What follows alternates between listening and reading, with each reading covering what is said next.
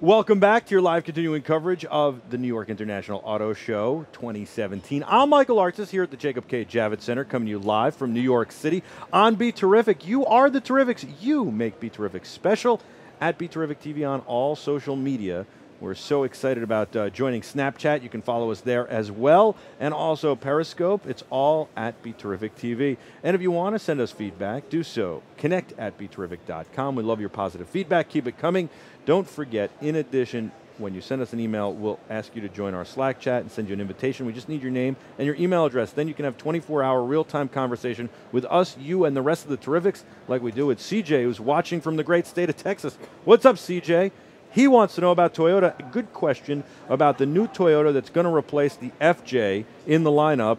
And it's funny you say that because we have Emily here from Toyota, and Toyota made a big announcement today about a new vehicle that will basically replace the FJ. It harkens back to the FJ line.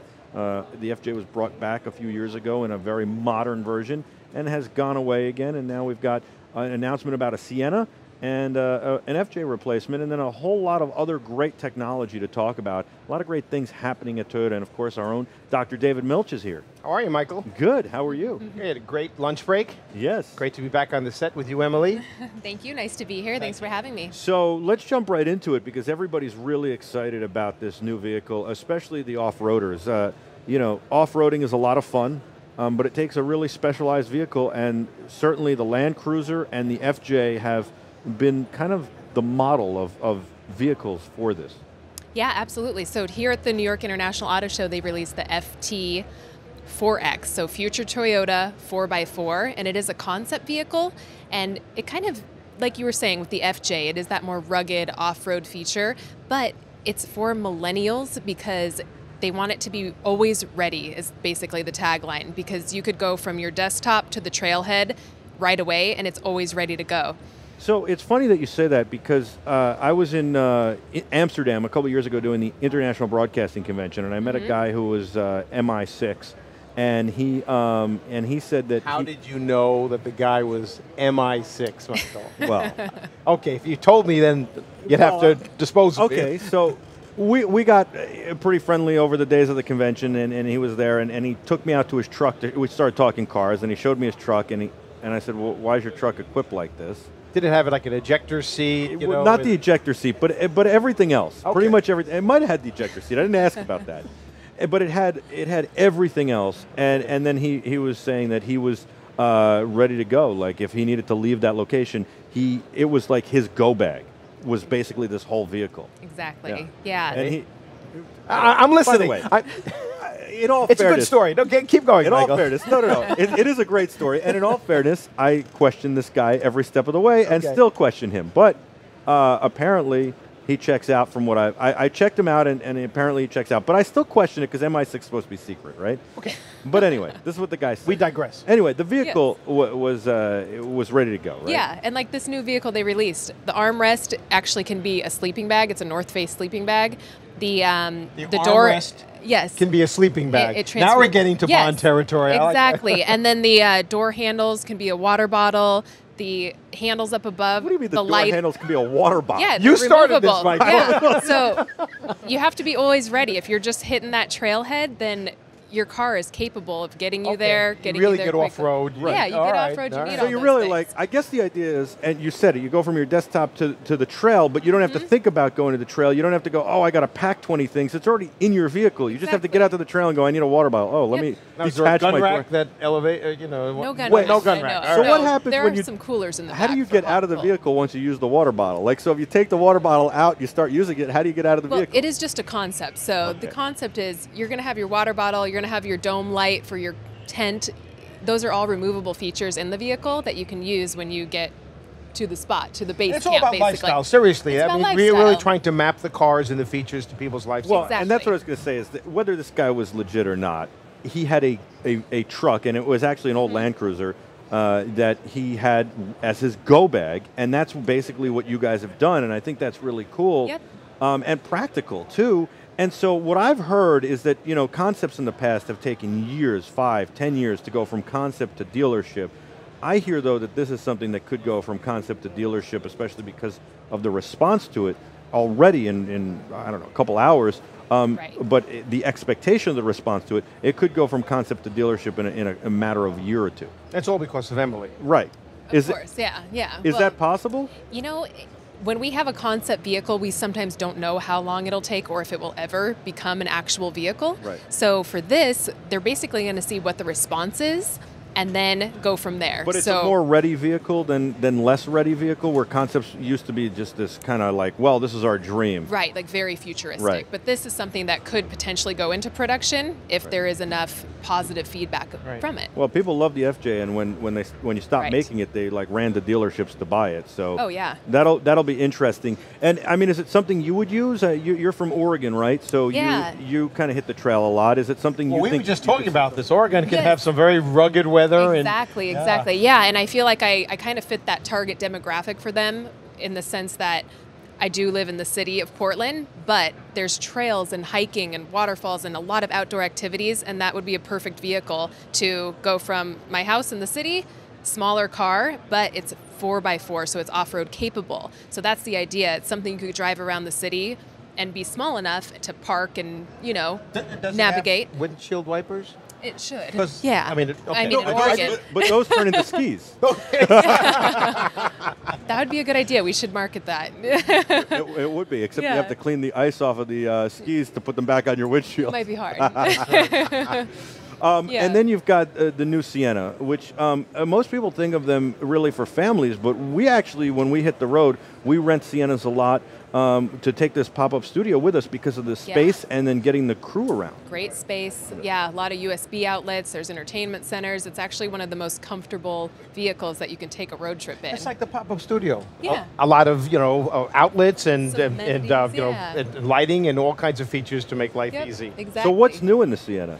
Well, for the Sienna, they've added what we call Toyota Safety Sense. So that's like our package of driver assist technologies, very advanced safety features. And you'll get things like pre-collision system with pedestrian detection, lane departure alert with steering assist. And Toyota was really one of the first companies to incorporate a lot of those safety features, as I understand it. Yeah, Toyota actually is going to have Toyota Safety Sense on most of our vehicles by the end of this year, which is way further ahead than most manufacturers to have those higher end safety features with the automatic braking and pre-collision systems. And that's not just for families, right? For mothers and fathers with kids. I mean, really that serves the entire demographic, right? Oh, absolutely. Whether you're, single man or woman and, with a quick lifestyle or you're a family. We want everyone to be safe on the road, and to prevent accidents. That's the number one goal, to prevent fatalities. They want 0 fatalities in traffic accidents. And it doesn't reduce performance. The performance of the car Not is at all, still yes. up to par. Great performance, but safe, very safe. A few years ago, you had a VR demonstration of this, virtual reality demonstration. Do you still have that here at the show? We have it in our display in the Toyota Corolla. So here's the deal. We want our viewers to come down to the New York International Auto Show. It launches to the public on Saturday. That's the 15th of April. And then you have 2 weeks to come here, and you can go experience some of these features in virtual reality at the Toyota booth. Now, I did that a few years ago, and it was unbelievable. It felt like the car was moving, but I was sitting in a car on the floor of the Javits Center, and you got to really demo all these wonderful And you can experience the vehicles in real reality. You can actually see the vehicles, you can open up the door, you can sit down. It's nice to have both. It is very nice to have both. And so I was actually, you're sitting in a Corolla, I guess, right? Yep. And so you're sitting in the Corolla and you're actually experiencing some of these safety features without ever leaving the floor of the Javits Center. And then, like you said, you can go check out a Camry or a Corolla or a Sienna and open the door and sit in it and see what it's like. So now you mentioned the USB ports in the Sienna. Yeah. And I think that's very important. I don't understand why we don't litter these cars with USB ports, but I wonder, a lot of the cars that have USB ports have the 1.0 amp, which is 1 amp. Okay. Not the 2.5 or the 3.2. Right, so they take forever to charge my phone. In fact, the navigation winds up draining the phone faster than it can charge, and I can't possibly charge an iPad or a tablet on it. Right. So are the ports higher amperage? There's a I would have to look that up. At the Toyota booth, this big wooden box, piece of paper. I'm sorry. I'll see you guys later. Yeah, you might want to go put that suggestion in. I would have to look it up on my iPad to see exactly what number it is. I've been told from consumers that they're very pleased with the power in their outlets, so I would assume that it's a little. I think almost all better. the cars have migrated at least to 2.5. I hope so. But the fast charge that you have, available on most iPhones or Google phones is the 3.5. In fact, little battery pack that I carry around is the 3.2. It is. For the fast charge. So Wow. it makes all the difference in the world. Very nice. And you're using the Android. You're Using the Android, exactly. Oh, okay. So, question, it's wonderful what the what you have on the floor here, and and the new vehicles. But Toyota has been around for a long time. I remember when it first introduced its cars into the United States, the Corolla, which became such a success. And a company like Toyota is always looking at the next generation, what's coming next. Right. So electric vehicles and driverless cars. I'm wondering what kinds of initiatives are going on in the company, and how do they get introduced, on what time frame? Right, so Toyota actually is looking a lot into hydrogen fuel cell technology. So we have a vehicle called the Mirai, which means future in Japanese, and it's a purely hydrogen fuel cell vehicle. So you fuel it with hydrogen, takes about 3 to 5 minutes to fuel, and you can go 312 miles on that one fill up. Wow. It makes electricity on board, and water is the only emission. So it is a zero emissions, all electric vehicle. Right. Yeah, and Toyota's really looking at using hydrogen. Basically CO2 and water. Is the only thing that comes out. Yep, exactly. Yeah, so that's been, it's available in California right now because that's where we have hydrogen fueling stations, and the Northeast is the next anticipated so that's the region. key, is to have the fueling You got to have the similar infrastructure. on the electric cars. Yep. To have, you either have a charger built into the car, or you have to have it at your destination. Exactly. How about in the electric car, area? Yeah, so we have the Prius Prime, which was new as of, actually it was announced here at the New York Auto Show last year, and now it's available in the dealerships. So it's a partial plug-in, and you get 640 miles on one fill-up. So you're going to get 25 miles all electric, and that 133 miles per gallon equivalent. So it's the most fuel-efficient vehicle on the market right now. And are you still doing hybrids in the Highlander and the Camry and across some of the other lineups? Yep, we are. We have 8 hybrids. So Camry, Highlander, Avalon, RAV4, and then all of the Prius lineup. CJ is watching in Texas and says he loves the FJ and is so happy for this new vehicle. And Janny is watching in Finland, and he wants to know what's going to be new on the Camry. Oh, well, that's a good question, because the Camry has been completely redesigned for 2018, and as many of you may already know, it's the best-selling car in America for 15 years in a row now, and it's also the most American-made vehicle out of any manufacturer. So it's won a lot of accolades in terms of great sellers. And what's different for it, they completely changed the architecture. So it's Toyota New Global Architecture. You have a new lower center of gravity, a new rear double wishbone suspension, more rigidity throughout the body. So a complete style change. It's very upscale, very sporty, and they wanted that look.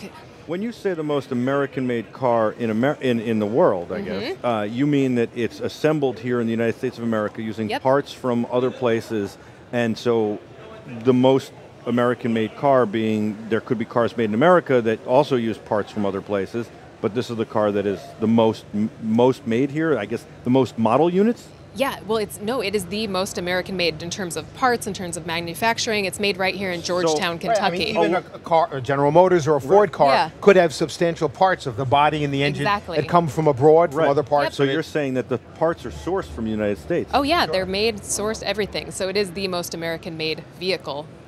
Wow. Around. And the most popular. And the best selling for 15 years. Wow. Car. I'm glad we clarified that. That's really awesome. And then it's assembled here in the U.S. for the U.S. market. Exactly. Yeah, so Toyota has invested about nearly $22 billion in the United States and created almost 500,000 jobs. So they're really investing in the United States and creating things for people who work here, for Americans. Corporate partners and citizens here. Exactly. How about, again, the next generation driverless, which we're hearing all about, lots of investments being made, a lot of interest on the part of investors. Where's Toyota? Yeah, so Toyota has a research institute, which they've invested $1 billion into, and they're working on autonomous driving, on robotics and mobility. So the idea is they're working on it, and we don't really have a timeline of when that will happen.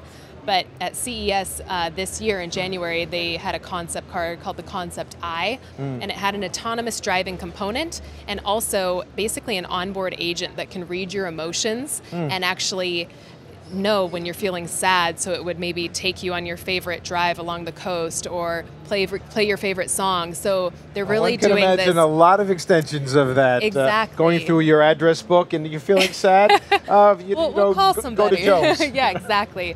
And that's the idea. They want the driver and the car to be more connected. Really mapping to people's preferences and their own lifestyle. Exactly. And in terms of introducing these kinds of technologies, especially for driverless, it really relies on public-private partnerships. This isn't something that any one company can introduce without the cooperation of local, state, governmental, participation. Maybe it starts in fleets, like some of the, the Ubers and or the Lyfts of the world, or the trucking fleets, etc., where the routes are, a little more delineated, as opposed to impulse driving on the part of but eventually it has to happen. It'll reduce, so many accidents. It'll be more efficient for the environment. Exactly, that's the idea. And the speed with which the technology is developing, and the investments that have made in some of the companies, some of the acquisitions, is astonishing. The valuations. Definitely. So when real money's being put in like that, it's something that isn't going to go away. Exactly, it's happening. I just looked at the FTX4 or 4X. 4X, yep. 4X. It's really a stunning car. It is. Or vehicle, I should say. And it looks like basically you took some of the styling cues from Scion, maybe even, and put them in and said, look, we're going to make for millennials, a car that is more aerodynamic, fits in the city better, and is less, I don't want to say top heavy, but less tall than the FJ. So you kind of brought the roof line down and made it one, kind of one level, and I like the way it really looks, and it looks like it'd be a cool car. How'd you get into the car business? Have you always been into cars? You were a gearhead, right? Yeah, forever, we can tell, early on, taking engines apart with Dad, or maybe a different story. He did teach me how to change my oil, so that was one thing, and I had to learn that by the time I started driving, and that was pretty much the extent of working on cars that I could do. But my background is in communications and Spanish, and I had an opportunity to audition to be a product specialist for Toyota, and I took it, and then I was selected by Toyota. So it's been a few years now that I've been working with Toyota. Is that something that is, I imagine that's got to be hard, because you have to learn, it's not memorizing, you actually have to understand all these different features and all the things we talk about, the questions we ask. From USB ports in cars, you might not have the answer at your fingertips because you didn't have your iPad sitting next to you, but you understand what we're talking about, all the way to, what size are the cylinder heads. Somebody could ask you that. You'd have to, you not only have to have the information, you have to explain it and understand it. So it's got to be challenging, is it not? Oh, it's definitely a challenge, yeah. There's a lot to learn. There's definitely a steep learning curve when you first get into the car business. Did they send you to school for that? We have a training that we go through, very extensive training. So we learn about all of the products, all of the cars, all the model changes, basically everything there is to know about a car.